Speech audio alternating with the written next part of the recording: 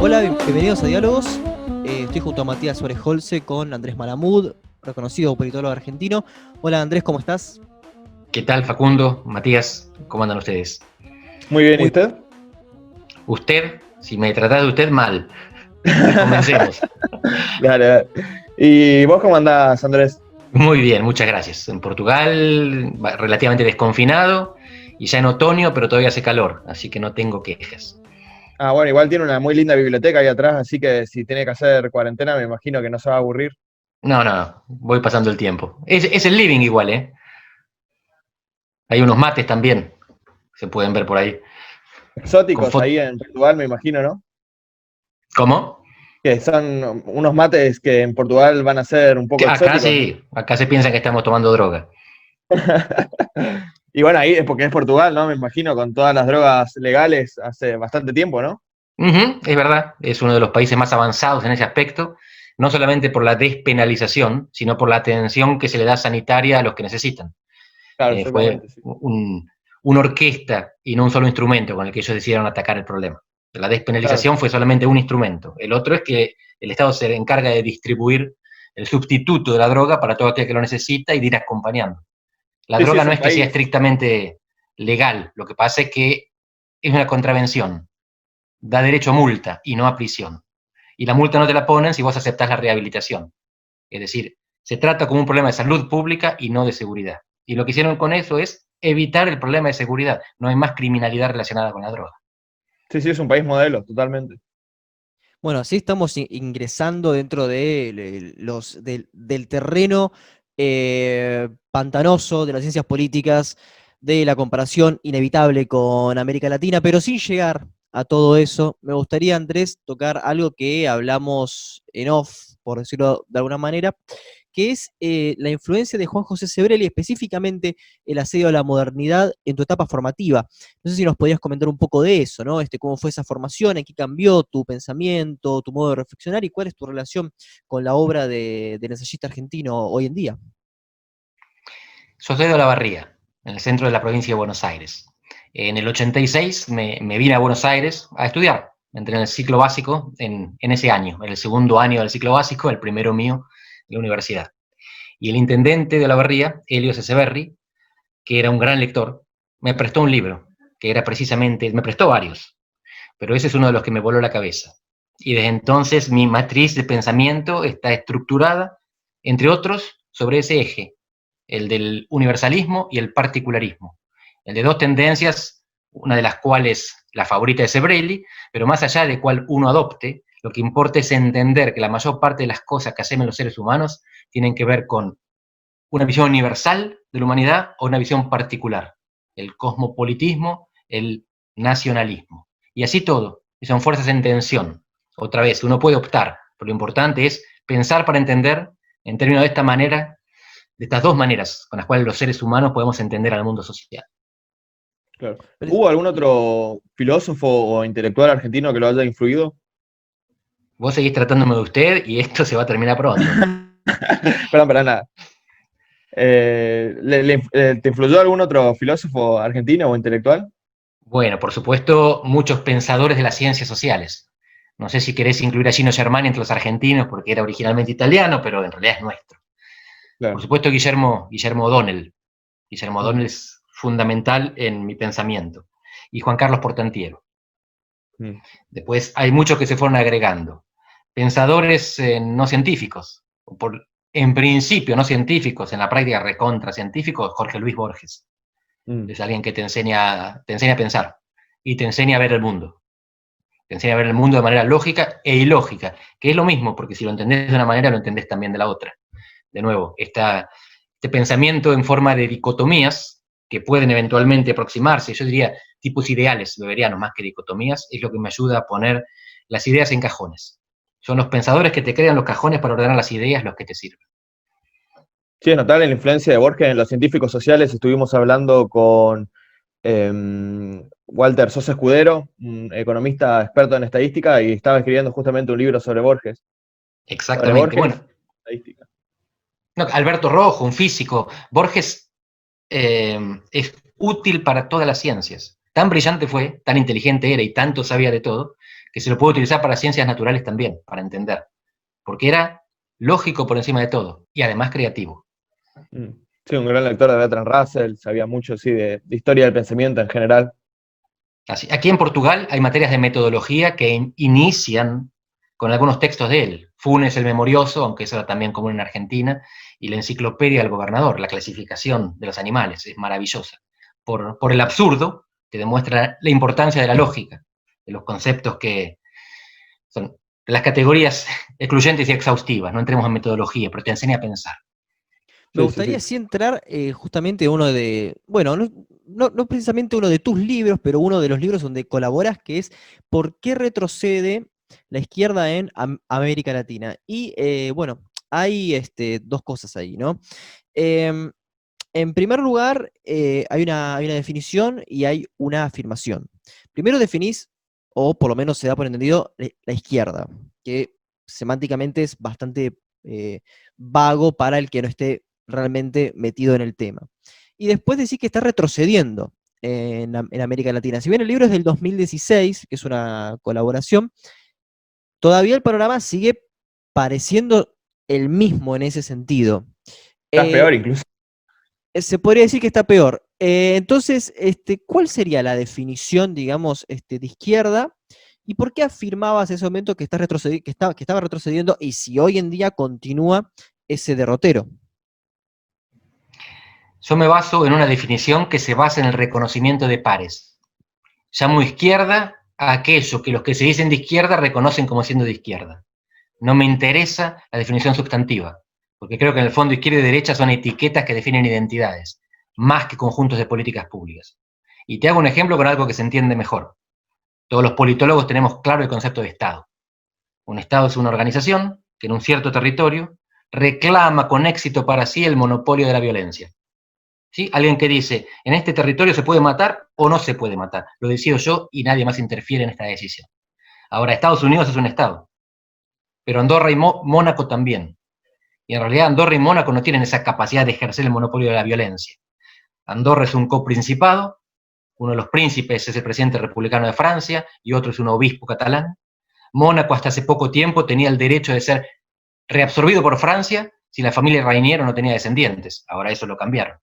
Y sin embargo son estados porque son reconocidos como tales por otros estados que sí tienen el monopolio.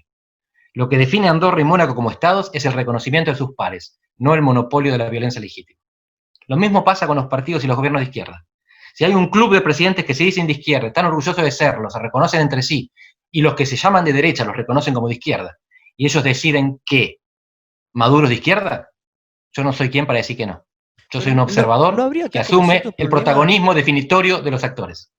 Estamos acá entrando también en lo que proponía Alejandro Katz, que estábamos hablando, recuerdo, del peronismo, ¿no? De estas categorías vagas. El tema es que también se puede caer en una cuestión más discursiva, que cualquier persona pueda reclamar, bueno, yo soy de izquierda, y de repente Bolsonaro puede decir, yo soy de izquierda, y que se den ciertas cosas que hagan pensar que termina siendo de izquierda, y que en el discurso público se crea que la derecha termina siendo lo que nosotros creemos que es la izquierda. Es decir, ¿no habría en realidad algunos hechos objetivos que permitan delimitar ciertas acciones como de izquierda o de derecha? Sí, el reconocimiento de los pares. No importa lo que diga Bolsonaro, eso es autoidentificación. La cuestión es si otros presidentes que se dicen de izquierda lo reconocen o no como miembro del club. Si yo vengo como un loco y digo que soy una paloma, no soy una paloma. Ahora, si el resto de la humanidad me reconoce como una paloma y me empuja del 5º piso porque puedo volar, eso tiene consecuencias. ¿Sí? Y si todos creen que soy una paloma y me encierran en un zoológico, en una jaula, aunque objetivamente no soy una paloma, lo que podemos asumir es que o están todos locos, o están todos equivocados, o yo tengo un problemita con mi autocomprensión. Pero fuera de la exageración zoológica, no es autoidentificación, es reconocimiento por pares. Si Maduro, Alberto Fernández y AMLO, el presidente de México, aceptan que Bolsonaro es de izquierda, yo lo acepto. No me parece que ellos estén dispuestos a hacerlo. Claro. Sí, bueno, para este tema vale recomendar un libro de justamente que estuvimos hablando de Juan José Sebrelli, que es El vacilar de las cosas, cuyo primer capítulo sobre la izquierda es brillante y que tiene una muy buena definición de lo que él llamaba la mala izquierda, que por ahí es muy útil para leerlo y reflexionarlo justo ahora que estamos hablando de los retrocesos de la izquierda, ¿no? Cómo la izquierda fue cambiando tanto que terminó siendo totalmente irreconocible de lo que era tradicionalmente, principalmente el socialismo. Siempre es útil leer a Sebrelli, pero él tiene siempre una visión interventiva. Y mi visión en principio es analítica. Después milito y hago política, pero para entender tomo distancia. Y ahí no me importa lo que yo pienso, y no me importa lo que sería la materialidad u objetividad de las cosas, porque la objetividad de los fenómenos sociales es intersubjetiva. Yo puedo aceptar que esto es material y cae con la gravedad, pero ser de izquierda o de derecha no se define como la gravedad. Se define por los protagonistas en un contexto histórico y espacial. Y yo estoy dispuesto a aceptar esa definición por parte de los protagonistas. Para mí no pierdo más tiempo discutiendo la materialidad del concepto de izquierda porque no tiene esa materialidad. Es una intersubjetividad. Y Andrés, por ejemplo, el proceso, tomo el prólogo que hace el antropólogo Philippe Bourgois del libro En busca del respeto, vendiendo crack en Harlem, que hace que, bueno, él justamente hace trabajo de campo con las personas que vendían crack en el barrio puertorriqueño en 1985 o 6, en plena era de Reagan, con mucha desregularización del mercado, y 20 años después él ve que básicamente cambió todo y que hay muchas más posibilidades de ascendencia social. Entonces, deberíamos adoptar las medidas de Reagan como de izquierda, como progresivas, con mayor redistribución, con mayor posibilidades, o deberíamos creer que fueron medidas de derecha con consecuencias inesperadas a largo plazo. Otra vez, yo no voy a entrar en la definición de lo que los protagonistas deben hacer. Aquí mi rol es analítico, no es protagónico. Y yo no pretendo decirle a los actores qué es lo que tienen que pensar. Soy un simple observador de la realidad que intenta entenderla. Cuando la quiera modificar, salgo del Zoom y me voy a caminar la calle cuando el presidente me deje volver y caminar la calle. Bueno, pero justamente, bueno, siguiendo ahora sí a un libro tuyo, propiamente de tu autoría, que es El oficio más antiguo del mundo, realmente muy recomendable, que sería básicamente como todo lo analítico de los papers académicos en un libro de muy buena divulgación.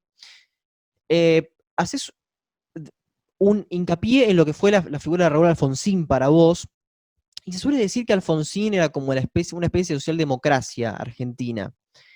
Es un término que también es un poco vago. ¿Cómo podrías también definir un poco la socialdemocracia, o también es lo que cualquier actor diga respecto a lo que, o sea, si una persona, digamos, implementa un régimen donde el Estado no interviene demasiado en el mercado laboral, también sería socialdemocracia? ¿No sería? O por lo menos, ¿qué gobiernos para vos hoy en día respetan algún ideal sustancial, si es que existe, de la socialdemocracia? Esa es una linda pregunta y me va a llevar otra vez, guste o no, a la cuestión de la intersubjetividad. Alfonsín se definía a sí mismo y definía su radicalismo como un partido socialdemócrata. Sus alianzas internacionales y sus simpatías internacionales estaban por ahí. Y él logra que el radicalismo se afilie a la Internacional Socialista, la familia de partidos integrada por los partidos socialistas y socialdemócratas. ¿Cuál era el problema de Alfonsín? Que la socialdemocracia en el mundo, por empezar en Europa, tiene a los sindicatos como afines, como aliados. Son las organizaciones hermanas. Y en Argentina los sindicatos no querían ser aliados del radicalismo, no se identificaban con el radicalismo, no le eran afines. Los sindicatos argentinos eran peronistas. Ese fue el límite a la autoidentificación socialdemócrata de Alfonsín. El radicalismo nunca consiguió ser un partido socialdemócrata porque los sindicatos no lo concebían de esa manera. No importaba lo que Alfonsín pensase de sí mismo. No importaba que Felipe González y Olof Palme considerasen a Alfonsín como uno de su grupo. Acá en Argentina, los sindicatos no pensaban que el radicalismo fuese socialdemócrata, ni querían serlo ellos mismos, que quede claro. Los sindicatos eran peronistas, y los peronistas son nacionalistas. En general tienden a no creer en las familias partidarias internacionalistas, más allá de que Cafiero intentó hacer que el peronismo pertenezca a familias internacionales. Así que aquí otra vez, lo que imposibilitó la identificación del radicalismo como partido socialdemócrata no fue que Alfonsín tuviera pensamientos de derecha, o no fue que su gobierno hubiera hecho políticas de derecha. Los partidos socialdemócratas en todo el mundo a veces moderan, se centran o se derechizan. En este momento gobiernan Alemania con la democracia cristiana. Fue la visión del otro, la visión de aquel que era necesario para que un partido se pudiera definir como tal. Cuando los sindicatos dijeron, nosotros no somos socialdemócratas, ni estamos con el radicalismo llegó al límite de su identificación con la socialdemocracia. Claro. Sí, y hay un tema también acá que es casi como una maldición argentina que está abordado en tu obra, que es el del federalismo, ¿no? Recién habías nombrado los casos de Mónaco y de cuánta influencia pueden tener estados dentro de estados, pero me gustaría hacer hincapié en lo que es el federalismo fiscal. Em, ¿Crees que es viable que distintos estados puedan ser autosuficientes? Por ejemplo, en Estados Unidos es conocida la bancarrota de Nueva York y en Argentina es conocida la bancarrota de todas las provincias, menos Buenos Aires, Santa Fe, Córdoba y Mendoza, creo. Em, ¿Cómo ves este panorama a nivel mundial? ¿Crees que es viable o que en algunos casos tiene que haber un poder central que pueda organizar todo? Es una pregunta candente, porque lo que está pasando en Argentina ahora es el problema no resuelto desde hace décadas de la redistribución federal de impuestos. Los países con los que nos podemos comparar son 3, no muchos más: Estados Unidos, Brasil y México. Son los únicos países del mundo, junto con Argentina, que combinan presidencialismo con federalismo. Y tienen diferentes mecanismos de resolución, de coparticipación, aunque ellos lo llamen de otras maneras. Una de las cosas más interesantes es que cuando quiebran los estados o provincias en esos países, el Estado federal, que como se llama el gobierno nacional, sigue garantizando que cobran los sueldos los jubilados nacionales, por ejemplo. La redistribución se da a nivel de los individuos, no de los gobiernos. Y eso es una manera, por ejemplo, garantizar que los formosenios van a seguir recibiendo los salarios federales que les corresponden, más allá de que el gobierno provincial vaya a la bancarrota. Es una manera que tienen de asumir costos. En Brasil, ¿qué es lo que hicieron? Cambiaron la constitución para imponerle un techo al gasto de los estados. El techo fiscal impide que los estados tengan déficit. Es otra manera de resolverlo. En Estados Unidos los dejan ir a la quiebra. En Brasil les prohíben ir a la quiebra. En Argentina los rescatan. No llega a la quiebra, pero entonces no hay responsabilidad. El incentivo del Estado es del gobernador. Siempre hay que gastar, porque sabe que lo van a rescatar. Esto es lo que se llama moral hazard, el peligro moral. ¿Cuál es el costo de gobernar mal? Ninguno, porque alguien se va a hacer cargo de los platos rotos. Esto es lo que hay que resolver, acercando la responsabilidad a aquel que toma la decisión, lo que se conoce como correspondencia fiscal. Aquel que gasta es el que recauda, porque si no uno se lleva el costo de recaudar y otro el beneficio de gastar. Y esto de nuevo, si hay redistribución, tiene que haber algo de esto. Pero cuando hay mucho de esto, el sistema es Argentina. O sea, no funciona. Bueno, es un panorama realmente tenebroso, es un círculo vicioso, básicamente como lo estás planteando, y no entendería por cómo se pudiera llegar a un pacto político. Bueno, creo que, no sé si estarás de acuerdo, pero que Macri por lo menos algo logró con los gobernadores. Después, le- políticamente no le salió, pero para fiscalmente ordenar las cosas. No obstante, el norte argentino siguió siendo un desastre. Macri compensó a los gobernadores, les dio plata. El costo fue no bajar el déficit. Y finalmente Claro. le explotó la economía. De lo que se trata aquí es estructural. La Constitución argentina, reformada en 94, obliga, establece la obligación de dictar una nueva ley de coparticipación federal, que el Congreso nunca hizo. Estamos más de 2 décadas en incumplimiento de la Constitución, lo cual no es nuevo, porque estamos en 4 décadas de incumplimiento de la representatividad de los diputados. Ustedes saben que la Cámara de Diputados se integra en función del censo de 1980, cuando los censos se realizan cada 10 años y tienen que ser actualizadas las representaciones provinciales. Por eso Buenos Aires tiene 70 diputados en vez de los 100 que le corresponderían, mientras otras provincias, por la ley de la dictadura, tienen más de los que les correspondería. Toda la legislación es vieja en Argentina. Es vieja e ineficaz. Hay 2 maneras de pensar en la solución, hay 3 maneras de pensar en la solución de esto. Una es por imposición. El que gana cambia la ley y la hace más efectiva. Históricamente no funcionó. Otro es por acuerdo. El que gana y el que pierde se sientan a una mesa y llegan a una solución común. La tercera es por ruptura. Hay quien diga que la única manera en que los políticos argentinos toman las decisiones que hace falta tomar es cuando la gente sale a la calle y amenaza con echarlos a patadas. No será por imposición de un grupo sobre el otro, ni peronistas a no peronistas, ni viceversa. No será por acuerdo entre peronistas y no peronistas. Será porque la gente va a salir a la calle a decirle, se van todos otra vez, más vale que esta vez lo arreglen. Y yo me temo que tengan razón los que sugieren que esta es la única vía para cambiar algo. Bueno, en ese sentido, me gustaría pensar también la irrupción de Jair Bolsonaro en la política de Brasil, no como diputado, porque ya lo era, sino como primer mandatario. Como el libro, El oficio más antiguo del mundo, fue publicado en el 2018, asumo que fue escrito durante 2016 y 2017, no, no se contemplaba todavía el escenario político que realmente ha cambiado en América Latina. Me gustaría saber cómo interpretás la aparición de Jair Bolsonaro y qué pacto social hay que por ahora lo pueda sostener dentro del poder, porque inicialmente el PT era el que concentraba, digamos, todas las solidaridades sociales para que pueda continuar. Con la caída del PT, ¿qué es lo que sostiene que Bolsonaro no sufra un golpe de Estado? ¿Que son simplemente los militares? O sea, ¿cómo se legitima Jair Bolsonaro dentro de su puesto, por decirlo de alguna manera? Y también me gustaría saber si Bolsonaro representa una fisura en la institución brasileña o esto ya es de antaño, de instituciones que nunca funcionaron correctamente. Bolsonaro se legitima igual que Lula, con plata. Fíjense que el itinerario político de los dos es muy similar. Los dos surgen en el sur, Lula más en San Pablo, Bolsonaro más en Río, pero también con apoyo paulista, y de a poquito se van corriendo al nordeste, que es donde están los pobres brasileños. Con el mismo mecanismo. El Bolsa Familia Lula, el auxilio emergencial Bolsonaro. Les dan plata a los pobres, que es lo que tiene que hacer alguien en un país muy injusto para ganar el apoyo de los que de otra manera se morirían de hambre. Izquierda en Brasil es mínima. Populismo de derecha, ¿no?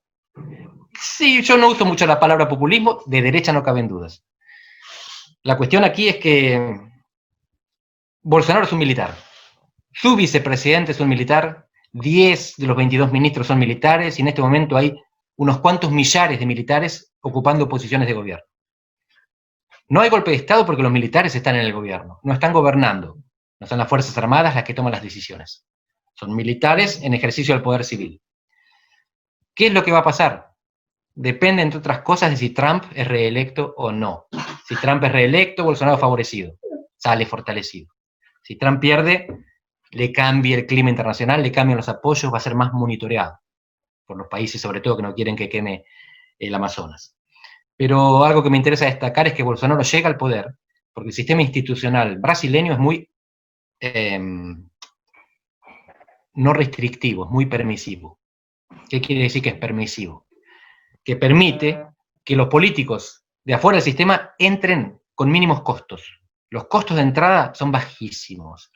¿Qué significa esto? Que Bolsonaro pasó por 9 partidos políticos, no tiene que invertir en un partido político, se cambia en función de las elecciones para ver qué le conviene.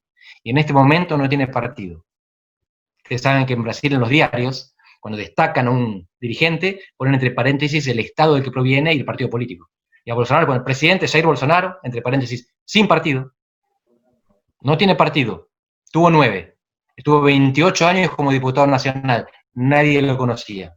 Solo se encargaba de la defensa corporativa, de salarios y jubilaciones de la comunidad de seguridad, militares, policías, gendarmería, ese tipo de cosas. Y entró porque el sistema permite que la gente marque boleta, rompa, tome aquí, salga allí, y porque no hay partidos políticos. Porque no sé si ustedes querían llegar a la comparación con Argentina, pero me parece que hubiéramos llegado en cualquier caso. Los Bolsonaros en Argentina no son posibles. Porque el sistema electoral argentino es restrictivo. Esto significa que si un Bolsonaro existiera, y puede haber personas como Bolsonaro, Sergio Berni, por ejemplo, tiene que hacer sí tiene entrada. Entrar vía un partido político. Es peronista, tiene una afiliación partidaria, tiene una contención partidaria, responde a Cristina. No hace lo que quiere, está contenido. Bolsonaro no está contenido, está completamente fuera de control. hace lo que le permite la realidad. Va hasta donde lo dejan los electores, hasta donde lo deja Trump. Las restricciones son externas, no son del sistema institucional o electoral. En Argentina, el sistema institucional, los partidos son los patobicas, que están en la puerta del boliche, y capaz que no bailan bien los partidos, pero dejan entrar a los que bailan, o no. Y si Scioli o Reutemann o Palito Ortega quieren hacer política, se tienen que afiliar a un partido. Acuérdense que Scioli, Reutemann y Palito Ortega no eran políticos, eran cantantes, corredores. ¿Qué hizo Macri? Creó un partido político y no le alcanzó. Entonces tuvo que aliarse con uno de los que había. Fíjense cuán importante, cuán arraigados están los partidos, no tanto por la identificación de los electores, sino porque las instituciones los protegen. Claro. Hablando de esto, en su paper Se está muriendo la democracia, sostiene que nunca vivimos un periodo más democrático que este, pero a la vez alerta sobre un riesgo que es muy, muy real en Brasil y que a mí me preocupa mucho, un riesgo para la democracia que son las iglesias evangélicas. Me gustaría que se explaye sobre este problema, usted que conoce también la situación, y me gustaría poder reflexionar a ver si llegamos a algún acuerdo de alguna posible solución o si hay que preocuparnos de que esto se extienda también a Argentina. Eso es algo que la verdad que me deja sin sueño. Va a llegar, está llegando ya. Los evangélicos tienen redes transnacionales de valores y dinero, y ya están incorporados en varias coaliciones de gobierno en muchos países, en Estados Unidos, en México y en Brasil, de aquellos que son parecidos a nosotros, y en muchos de América Central. Y les doy un ejemplo, viajando en Guatemala por los montes para ir a la ciudad antigua, la capital antigua, uno ve bandera gigantesca de Israel, en el medio de la selva, arriba de las montañas, y uno piensa, ¿qué es esto, la embajada? No, son los evangélicos, la alianza que tienen los evangélicos con Israel contra los musulmanes y con poca simpatía por los católicos. Y tienen una agenda de valores, que es legal, y por ahora lo que van haciendo es empujándola a través del financiamiento y a través de la convicción y la persuasión. No está visto hasta ahora que los evangélicos produzcan la caída de la democracia, ni muchísimo menos. Lo que hacen es acotar los valores que se pueden discutir dentro de la democracia. Pero eso que a nosotros nos llama la atención porque somos un país laico, en la mayor parte del mundo no llama mucho la atención, porque buena parte de las otras democracias del mundo tienen una estructura valorativa profundamente religiosa, que a veces no nos damos cuenta, pero mirar el dólar, in God we trust, o mirar el billete del real, Deus seja louvado, la moneda, lo más prosaico, lo menos virtuoso de los elementos que uno se puede imaginar, tienen a Dios escrito, tanto en Brasil como en Estados Unidos. Argentina es más francesa, es más europea, es más secular, a pesar de que los presidentes van a los Tedeums, y hasta hace 25 años tenían que ser católicos. Pero Argentina en ese aspecto es mucho más europea. América, toda ella, incluso Estados Unidos, es diferente a nosotros. Pero de a poquito va llegando. Claro, eso está muy relacionado con el tema de la modernidad, ¿no? Estuvimos hablando un poco sobre modernidad al comienzo. En su paper, el malentendido latinoamericano sostiene que los emprendimientos modernizadores en América Latina básicamente lograban un éxito inicial, pero acababan fracasando, ¿no? Me gustaría reflexionar un poco por qué sostiene que esto es así. Hay una cuestión cultural en Latinoamérica que es media reacia a la modernización. Por ejemplo, desde la academia es común encontrarse con discursos antimodernistas, esto que tanto criticaba Juan José en su libro, vinculados al modernismo filosófico y a corrientes como la decolonialidad, por ejemplo, que es muy, muy popular, que tienen como cierta crítica o que son muy críticos con la modernidad. ¿Esto tiene alguna relación con el llamado fracaso de los proyectos modernizadores en Latinoamérica? ¿Hay una cuestión cultural ahí de fondo? Miren, ustedes son antropólogos, así que no les va a gustar lo que les voy a decir. Pero para los politólogos, la variable cultura es residual. Nosotros vamos a explicar algo con la variable cultural cuando no lo pudimos explicar con variables materiales o institucionales. Y yo creo que el problema latinoamericano se puede explicar por factores materiales e institucionales. El factor material fundamental es histórico, y es que los estados nacionales en América Latina no se formaron a través de la guerra, sino a través del comercio. En Europa se formaron a través de la guerra, generando grandes ejércitos y grandes aparatos de recaudación. Impuestos y ejércitos son el elemento esencial de la constitución del Estado moderno, que después va a crear la cultura nacional, a través de la educación y de los medios de comunicación más adelante. ¿Sí? Primero es el Estado, después es la nación. En América Latina, los grandes centros portuarios, por ejemplo, crearon una zona más o menos eficiente de intercambio con el mundo, pero las zonas periféricas quedaron rezagadas. Y en vez de ser conquistadas, fueron compradas. Las famosas situaciones provinciales, esto se dio tanto en Brasil como en Argentina. Los gobiernos centrales sobornaban, les entregaban cosas a las élites periféricas a cambio de lealtad, de aceptar permanecer como parte de la unidad nacional.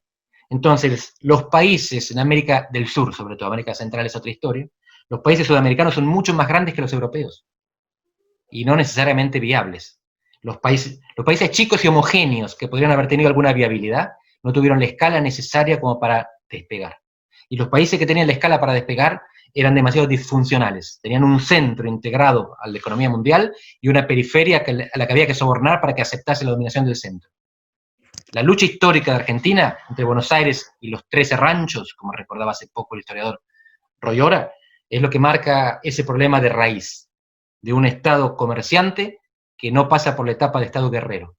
Y sin guerra no hay Estado. El Estado hizo la guerra y la guerra hizo el Estado en Europa.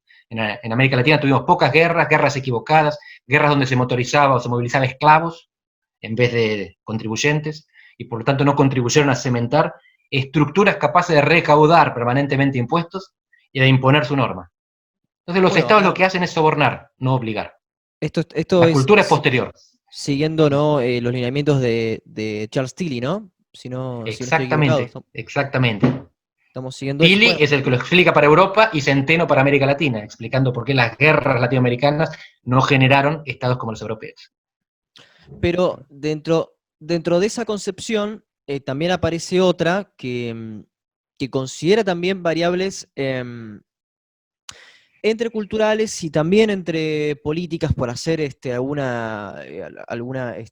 un acto de carnicería conceptual, que es el neoinstitucionalismo, y cierto path dependence, como el de Douglas North, en el cual encontramos que a largo plazo todos los países de América Latina siguen el mismo derrotero.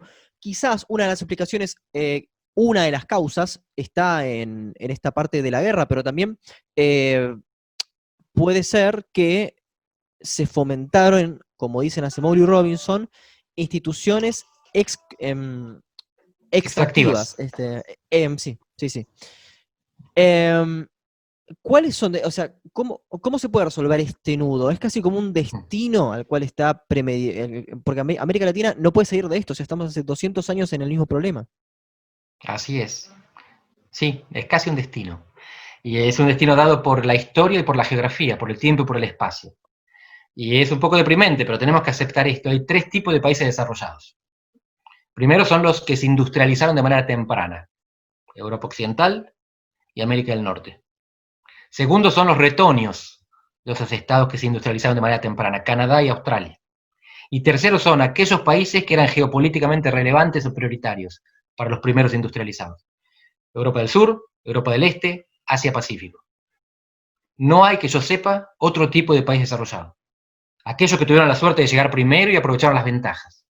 Aquellos que son hijos y aquellos que son nietos, que fueron necesarios. España y Portugal son países desarrollados porque están en Europa, y el centro europeo tuvo interés en desarrollar la periferia europea. No es porque los tipos la pegaron con sus políticas. ¿Está claro?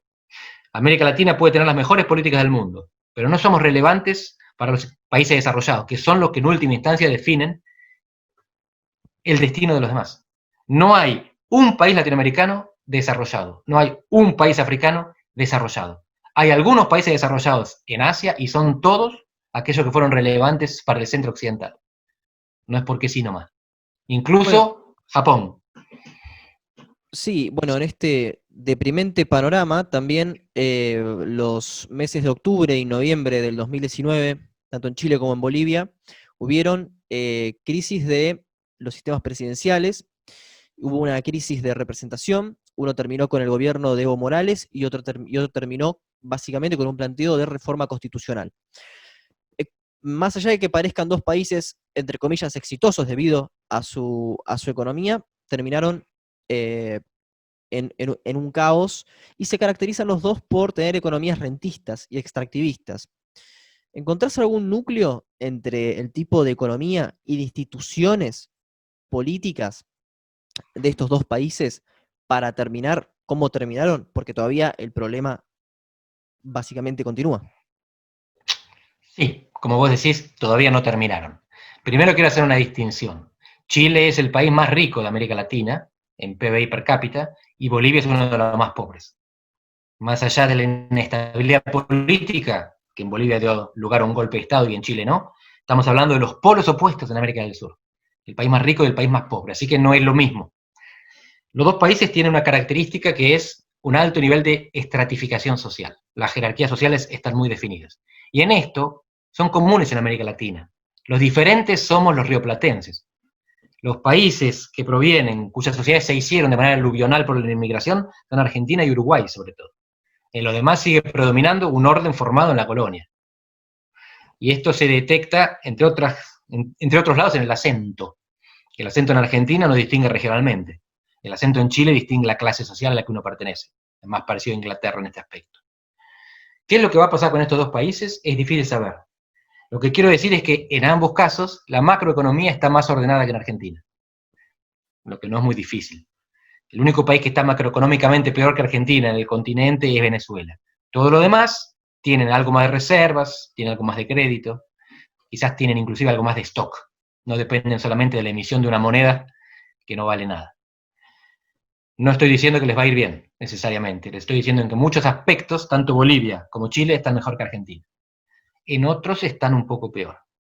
La cuestión de la segregación de clase es notable. Hay una investigación del Banco Interamericano de Desarrollo que tiene 2 semanas, la presentaron hace 2 semanas, por Zoom, obviamente, donde muestran cuál es la probabilidad de que un niño de una cierta clase social tenga como compañero a un niño de otra clase social. En Chile la probabilidad es cerca de 0. Cualquier niño chileno va a tener solo chicos de su clase social en la escuela.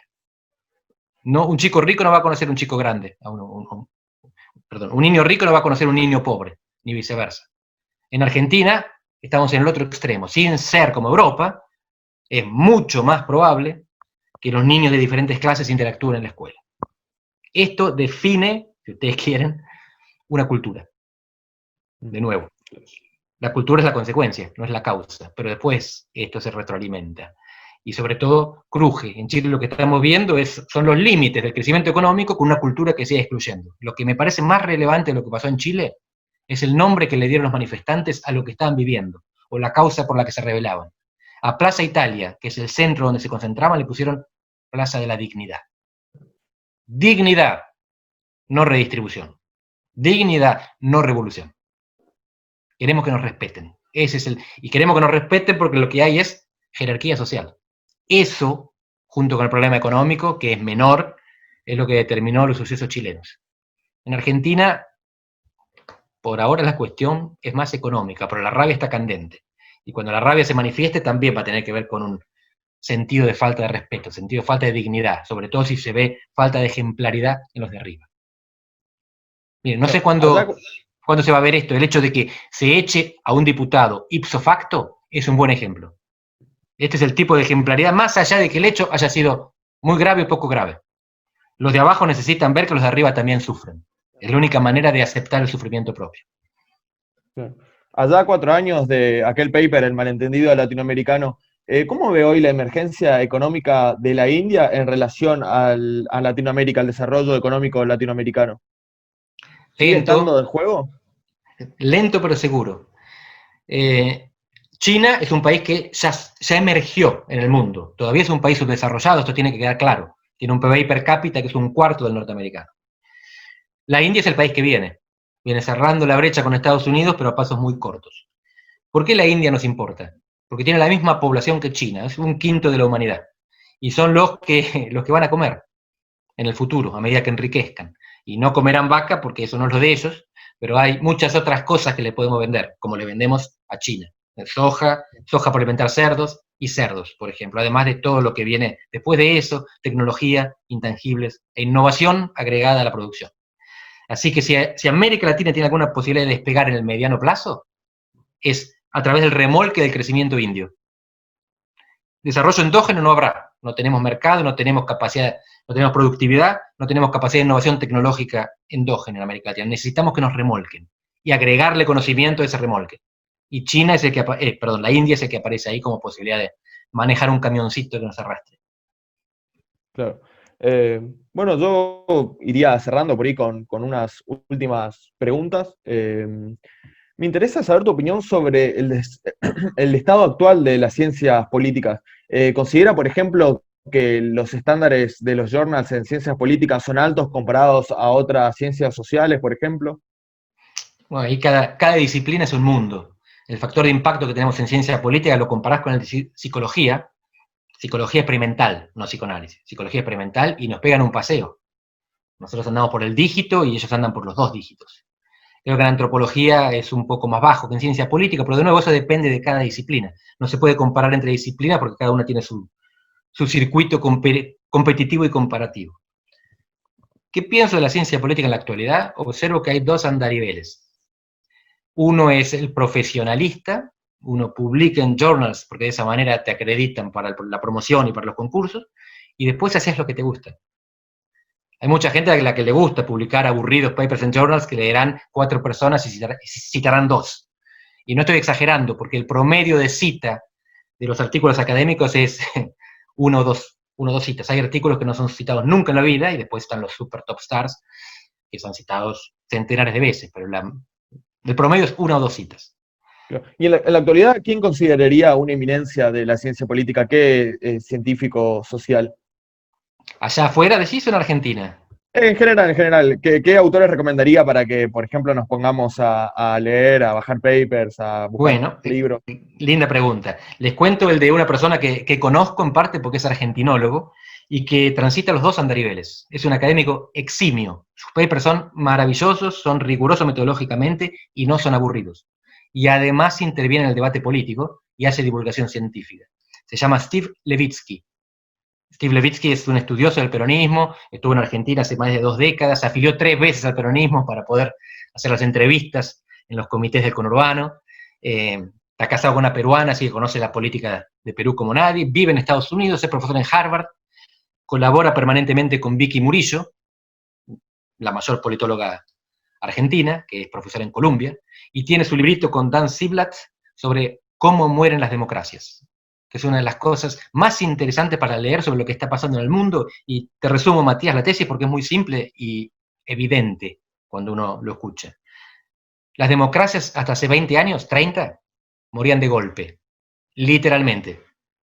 Los que perdían las elecciones llamaban a los militares para echar a los que ganaron. Ahora las militares eran de golpe y desde afuera. Ahora mueren de a poquito y desde adentro. Y no son golpeadas por los que perdieron, sino erosionadas por los que ganaron. El que llega a través de los votos empieza a esmerilar la oposición, capturar las agencias de control e inclinar la cancha de juego. Bolsonaro y Trump, si les quieren poner nombres, pero podemos verlo en Filipinas, en Turquía, en la misma Rusia, que no era democrática para empezar, y en Hungría o Polonia. Está lleno de casos en los cuales son los ganadores de las elecciones los que dicen: no voy a aceptar el resultado si es una derrota. No voy a aceptar que compita aquel partido, no voy a aceptar que esta institución me ponga límites. Esa es la nueva manera en la cual las democracias mueren. Y como mueren de a poco, a veces no nos damos cuenta. Es como el sapo que está en la olla y se empieza a hervir el agua, y cuando el sapo se da cuenta que se está calcinando, ya no tiene fuerza para saltar.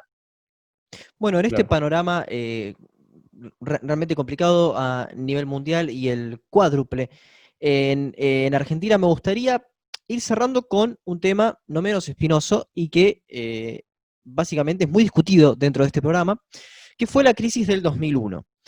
Fue discutida con Cavallo, Fernández Meijide,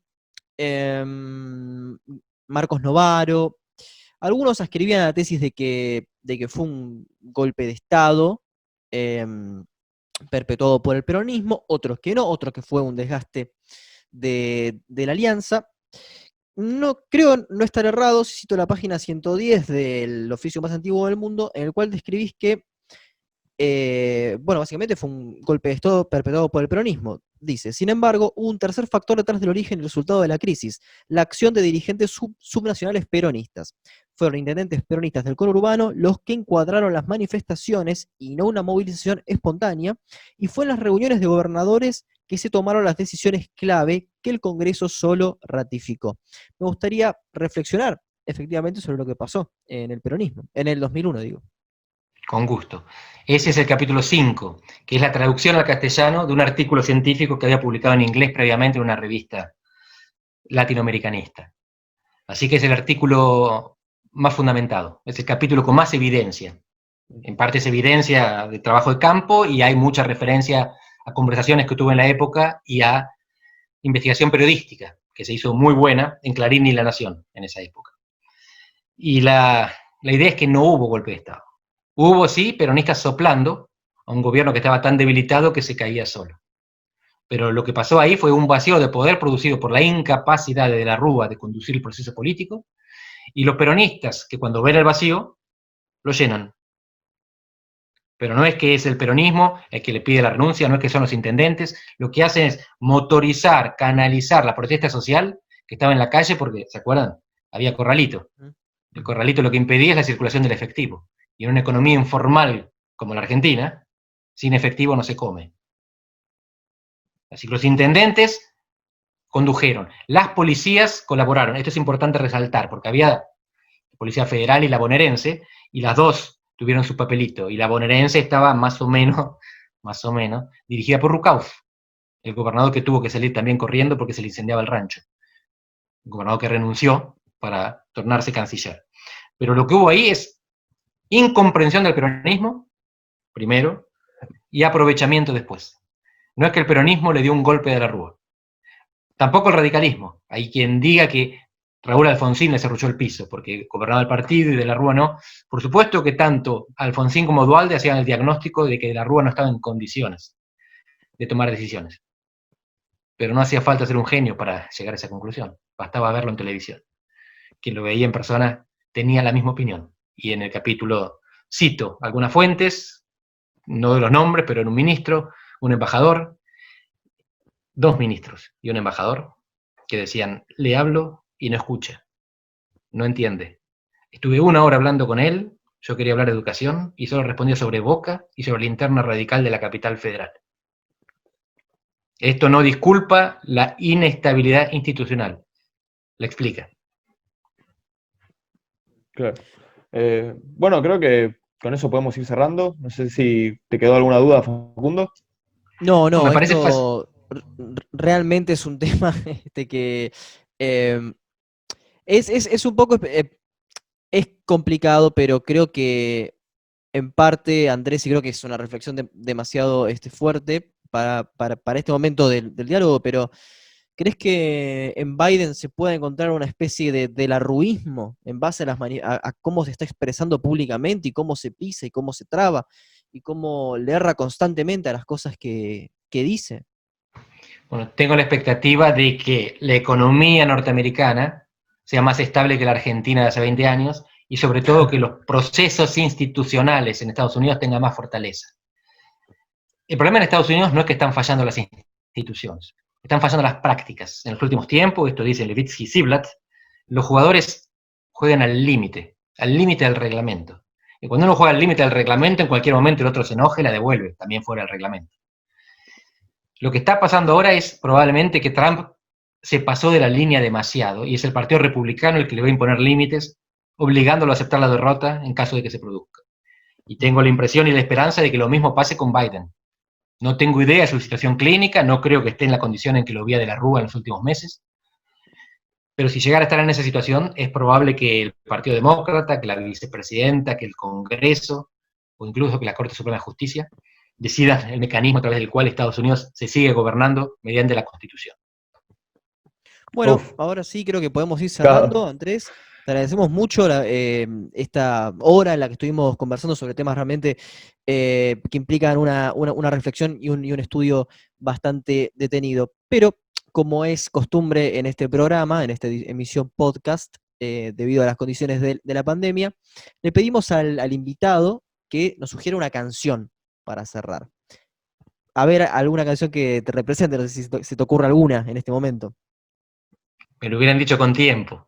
Tengo, no, tengo varias.